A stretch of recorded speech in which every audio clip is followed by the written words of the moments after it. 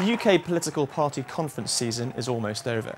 With the general election looming next year, both Labour and the Conservatives are going after their party faithful instead of moving to the middle ground. The Conservative conference this week has been a sort of conference in two halves. On Monday, we saw George Osborne promising swingeing cuts in welfare.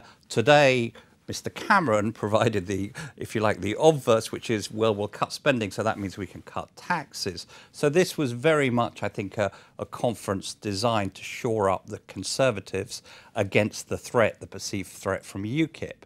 Last week, with Ed Miliband, we saw precisely the same, a core vote strategy. Odd this, since Tony Blair won 3 elections by reaching out to a sort of broader constituency. For me, this is a sort of almost unique election in recent history where normally you'd expect both parties to move into the centre ground before, in the run-up to an election. Both are courting their core votes. And I think what that shows is neither is confident of winning. The only problem with Michael Stott, the FT's UK news editor, attended both the Labour and Conservative conferences. He was struck by how different the mood was at the two events. Labour, despite being ahead in the polls, there was an almost funereal atmosphere at their conference. One of the senior figures there said to us it felt a bit like there'd been a bereavement in the family. I think they're quite worried. I think they sense that it will be a very tough, possibly quite dirty campaign, and that they are going to be attacked very hard, particularly on the issue of leadership, and they're quite worried about that. I think they're also quite worried about being attacked on the economy. Conservative conference, despite the threat from UKIP, 1 or 2 defections, and being behind in the polls, there was a much more confident and purposeful mood, a sense of a party that believed still it could win. But Lord Ashcroft, the former Tory party treasurer, warned delegates at this week's Tory conference that focusing on the deficit and debt alone goes down well with core supporters, but it won't win over floating voters. Philip Stevens says that warning has fallen on deaf ears.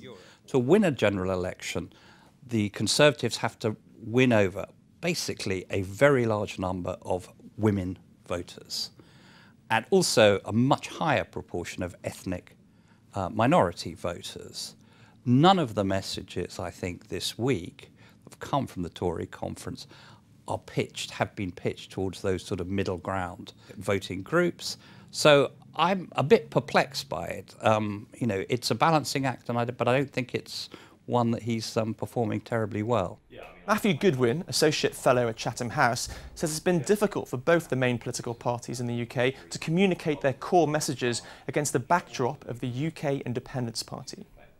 I think what UKIP is tapping into in the Conservative Party is more a diffuse sense of unease about the general direction of modern Britain and the pace of social change. And this was vividly demonstrated to the Conservative Party by one of its own donors, with New Lord Ashcroft polling showing that just over a quarter of 2010 Conservative voters have now defected from the Conservative Party, and of those, over half of them have gone directly to UKIP.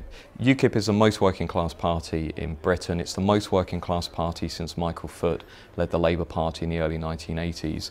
It is winning over voters who should otherwise be expected at this point in the cycle to be going over to the main party of opposition, the Labour Party. You know, we may be on the cusp of a very big shift in the sort of boundaries of British politics. But it strikes me one of the first rules of politics is don't fight your opponent on their chosen ground. And what the Conservative Party has been doing is trying to fight UKIP on UKIP's chosen ground. And you can't you can't be more anti-Europe than UKIP. You can't be more anti-immigrant than UKIP. So I think David Cameron would have been much better off saying, look, we'll go for the centre ground, the centre-right ground. Recent polls suggest there isn't much between Labour and the Tories. Some put Labour slightly ahead, but the Tory party faithful seem the more confident at this stage. And with both parties reaching out to their core supporters instead of scrambling to win over floating voters in the middle ground, this general election is set to be one of the most closely fought and unpredictable in recent history. Daniel Garrahan, Financial Times, London.